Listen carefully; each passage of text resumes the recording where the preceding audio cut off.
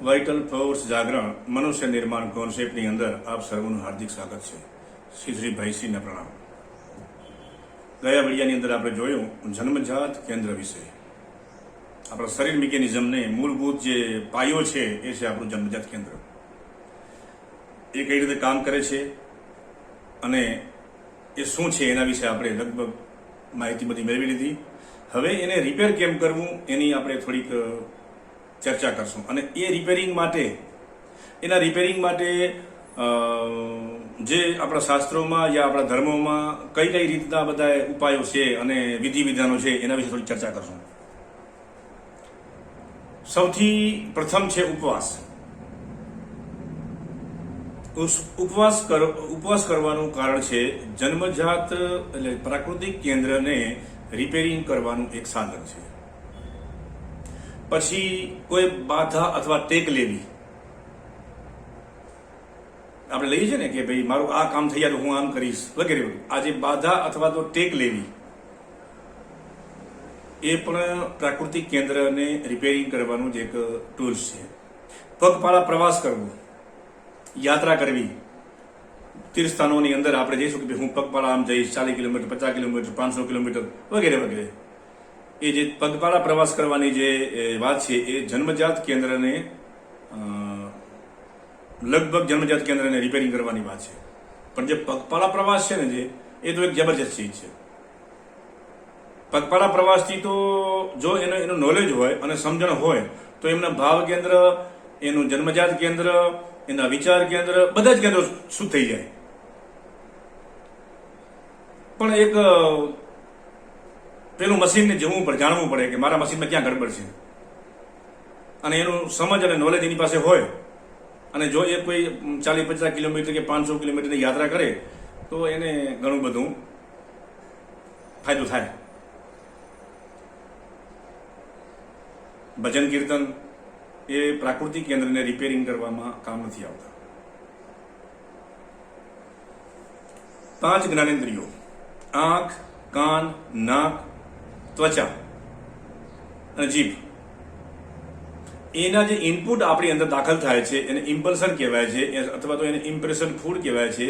એ impression food જ્યારે આપણી અંદર દાખલ થાય છે અને આપણે કોઈ દ્રશ્ય જોયું કે કોઈ સુગંધ આવી યા કોઈ શબ્દ સારો ભજન સાંભળ્યું યા કોઈ સારો ટેસ્ટ લીધો યા કોઈ સારો અહેસાસ, સારી ઠંડી ગરમીનો અહેસાસ થયો, આ બધું જ્યારે આપણી અંદર થાય છે ત્યારે આપણી અંદરનું વર્તન કઈ ટાઈપનું, આપણું અંદરનું બિહેવિયર કઈ ટાઈપનું હોય છે એની ઉપર આ બધી વસ્તુઓનો આધાર રાખે છે.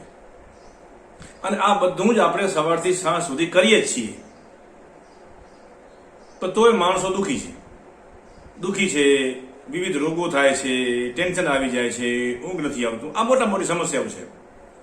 કારણ કે આપણને આપણા મિકેનિઝમની ખબર નથી. આપણી 4 વ્હીલ ગાડી હોય એની અંદર સ્ટેરિંગ હોય, પછી એમાં ઇન્ડિકેટર હોય, સ્પીડનો કાંટો હોય, ટેમ્પરેચરનો કાંટો હોય, ફ્યુલ ગેજ હોય, પછી ઇન્ડિકેટર થાય છે ત્યાંથી એના બધા સેન્સર અંદર લગાવેલા હોય. એ બધા શું છે કે આપણે આપણા મશીન યંત્રની અંદર, ગાડીની અંદર શું શું બની રહ્યું છે એની માહિતી આપે છે. પણ હવે આપણી શરીરમાં તો એવા દેખીતા કોઈ સેન્સર મૂકેલા નથી. પછી આ સેન્સર તો છે જ. આપણે સેન્સરની ખબર હોવી જોઈએ અને એ સેન્સરના પ્રતીકોને અથવા એના ઇમ્પલ્સનોને અથવા તો એની જે અર્થ છે એને આપણે ખબર હોવી જોઈએ. અમુક માણસો એવો ને કે આમ ગરમી થતી હોય ને તો આમ અકળાઈ જાય, ઓહો તોબા. પણ એ જે ગરમી થાય છે એનો જો એક ખાસ પ્રકારના વિધિવત જો એનો ઉપયોગ કરવામાં આવે તો ઘણું બધું બની શકે. ઠંડી પડતી હોય, થાક લાગ્યો હોય, ભૂખ લાગી હોય, તરસ લાગી હોય, આ બધા જ ને જો તમે એને મેનેજ કરતા આવડતું હોય તો પ્રાકૃતિક કેન્દ્ર રિપેર થાય. તો કેટલા લોકો ઉપવાસ કરીને થાકી ગયા, ભૂખે મર્યા, પણ કોઈનું પ્રાકૃતિક કેન્દ્ર રિપેર થયું નહીં. ઉલટા કોઈ વિવિધ ખામી સર્જાણી. યા તો ગોઠણમાં વાહ પડી આવ્યો, યા કમરનો મણકો ખસી ગયો, યા કાંક ને કાંક થઈ ગયું, યા બીપીની ગોળી ચાલુ થઈ ગઈ, યા સુગર થઈ ગયું. કેટલા લોકો તીર્થયાત્રા કરી આવ્યા તો એને કોરોના થઈ ગયો, એને તાવ ચડી આવ્યા, ઘણું બધું થઈ ગયું. આ શા માટે આવું થાય છે? કારણ કે આપણી પાસે નોલેજ નથી, જ્ઞાન નથી, સમજ નથી.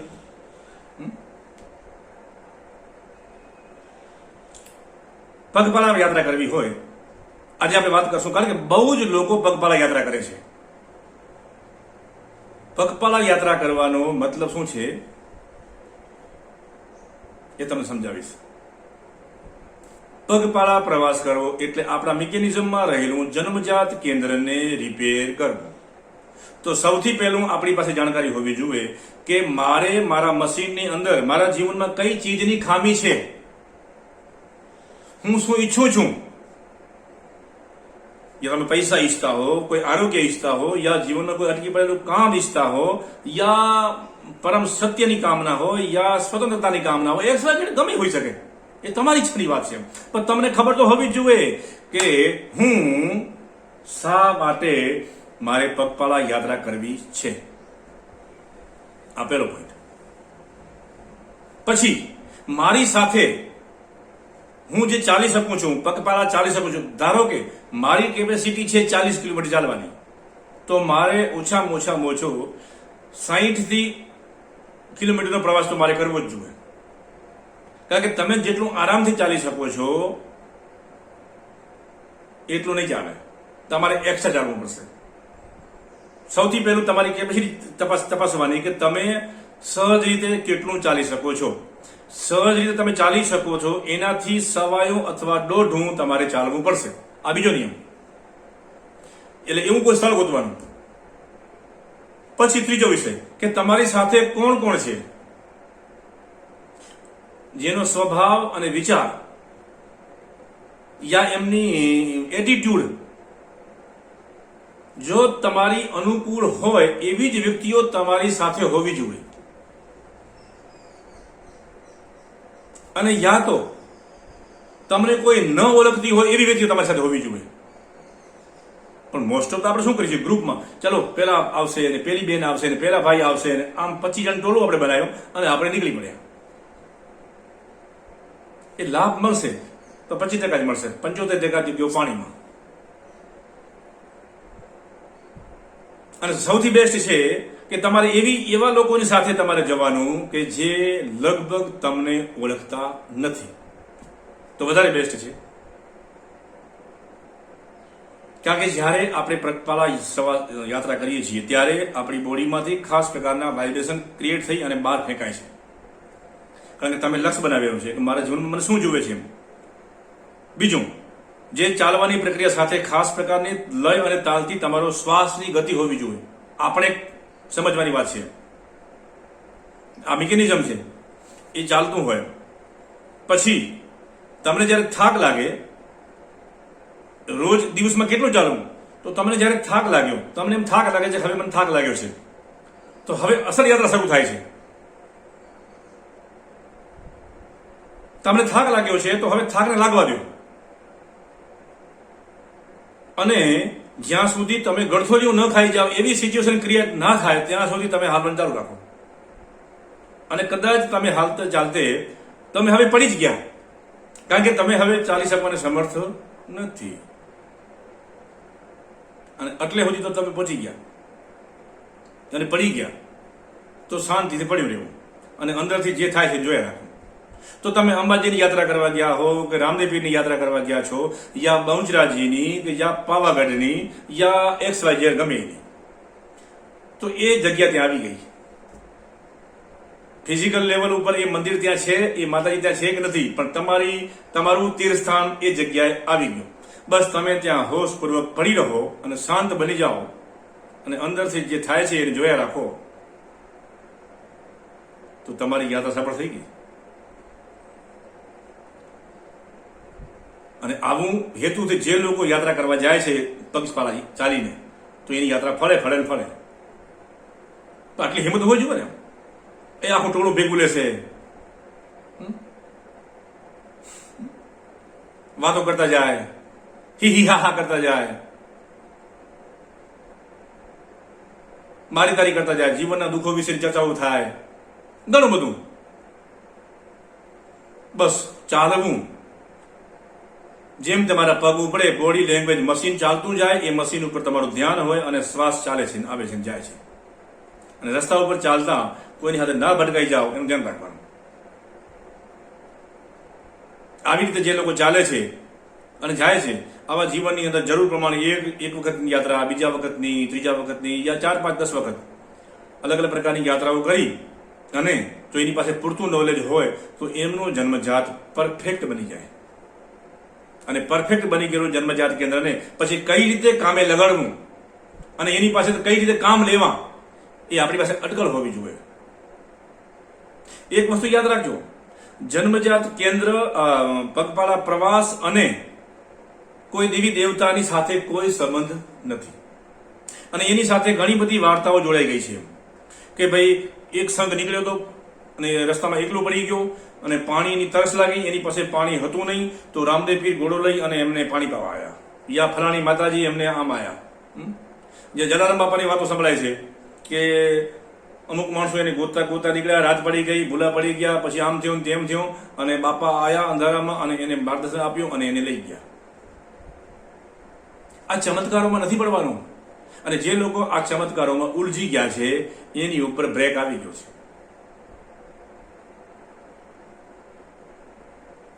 રામદેવ બાપા કે કોઈ માતાજી યા કોઈ જલારામ બાપા ક્યારેય એવી રીતે આવતા નથી.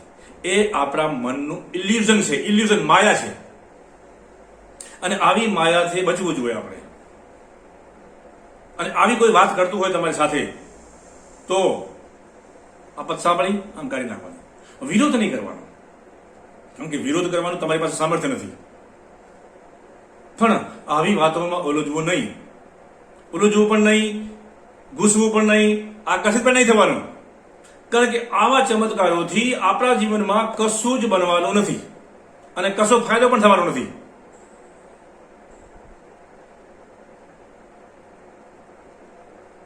છતાંય આપણે શું કહીએ છીએ, એક લક્ષ્ય જેની પર આપણે શ્રદ્ધા ભાવ હોય તો આપણા મનમાં કોઈ ઈષ્ટદેવનું નામ હોય તો સારી વાત છે, એને તો કોઈ નુકસાન નથી.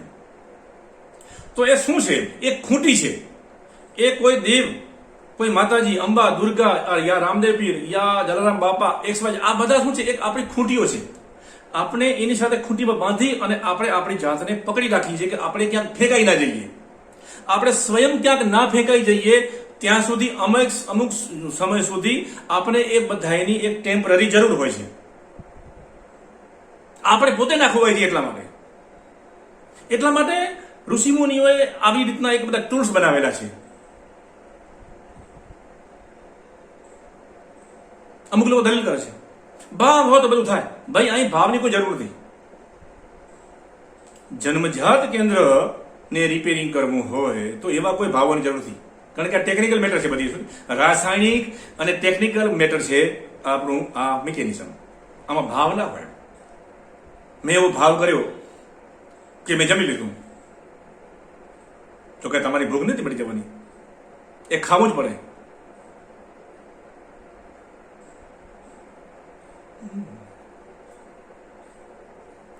પછી ગાઈડેડ મેડિટેશન કરાવે છે લોકો. જો કે આપણે પણ કરાવેલું આ નવરાત્રીની અંદર. એની અંદર ખાસ પ્રકારના હાઇડ્રોજન ઉમેરેલા છે, એ તે અંદર કામ કરે છે. બાકી જે પ્રચલિત જે યુટ્યુબના વિડીયો ઉપર આવે છે કે એફર્મેશન અને ગાઈડેડ મેડિટેશનથી તમારી અંદર ગાઈડેડ મેડિટેશન ત્યારે જ કામ કરશે કે તમારું જન્મજાત કેન્દ્ર ઉપર તમારું આધિપત્ય હોય. ગાઈડેડ મેડિટેશન કામ તો કરે જ છે,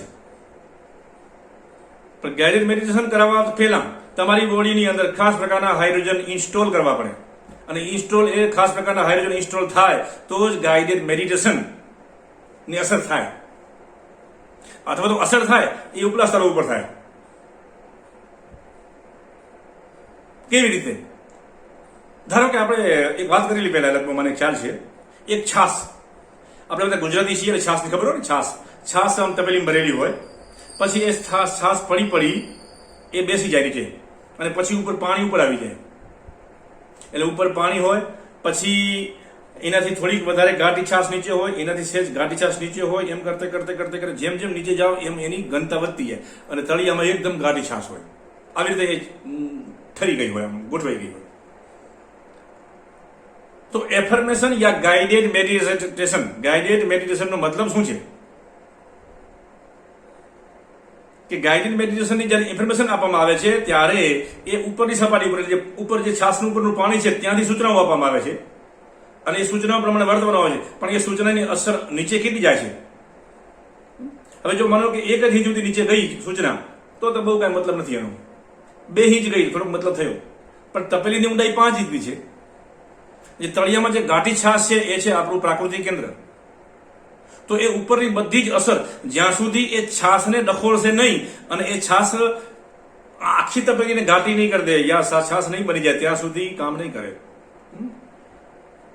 તો શું આપણા પાસે આવી કોઈ ટેકનોલોજી છે કે જે આપણે ધ્યાન કરીએ છીએ, આપણે જે લોકો સાધનાઓ કરે છે, એ બધાની અસર એ પ્રાકૃતિક કેન્દ્ર ઉપર થાય છે? બધી જ પ્રકારના પ્રાણાયામ, બધી જ પ્રકારના ધ્યાન, બધી જ પ્રકારની વિવિધ સાધનાઓ, એ બધું જ અંતે આપણી જન્મજાત કેન્દ્ર એટલે પ્રાકૃતિક કેન્દ્રની કોશિકાઓ સુધી એની અસર અંદરથી પહોંચવી જોઈએ. અને આવી અસર જો અંદર પહોંચી જતી હોય તો કશું પરિણામ આવે. છતાં લોકો ઘણું બધું કરે છે તો રિઝલ્ટ નથી મળતું. એના પણ બીજા કારણો છે, એ પણ આપણે આવતા વિડીયોમાં કહેશું. કારણ કે આ આટલો વિષય નથી, સમગ્ર જ્ઞાન છે. આખી આપણે સવારથી સાંજ સુધીમાં કે આખી લાઈફ દરમિયાન આપણે કેટલા બધા પુસ્તકો વાંચી નાખ્યા, રામાયણ, મહાભારત, વેદો, પુરાણો વાંચી કાઢ્યા, યુટ્યુબના વિડીયો જોઈ નાખ્યા, બધું સિરિયલો જોઈ નાખી અને ભેજું ખરાબ કરી નાખ્યું.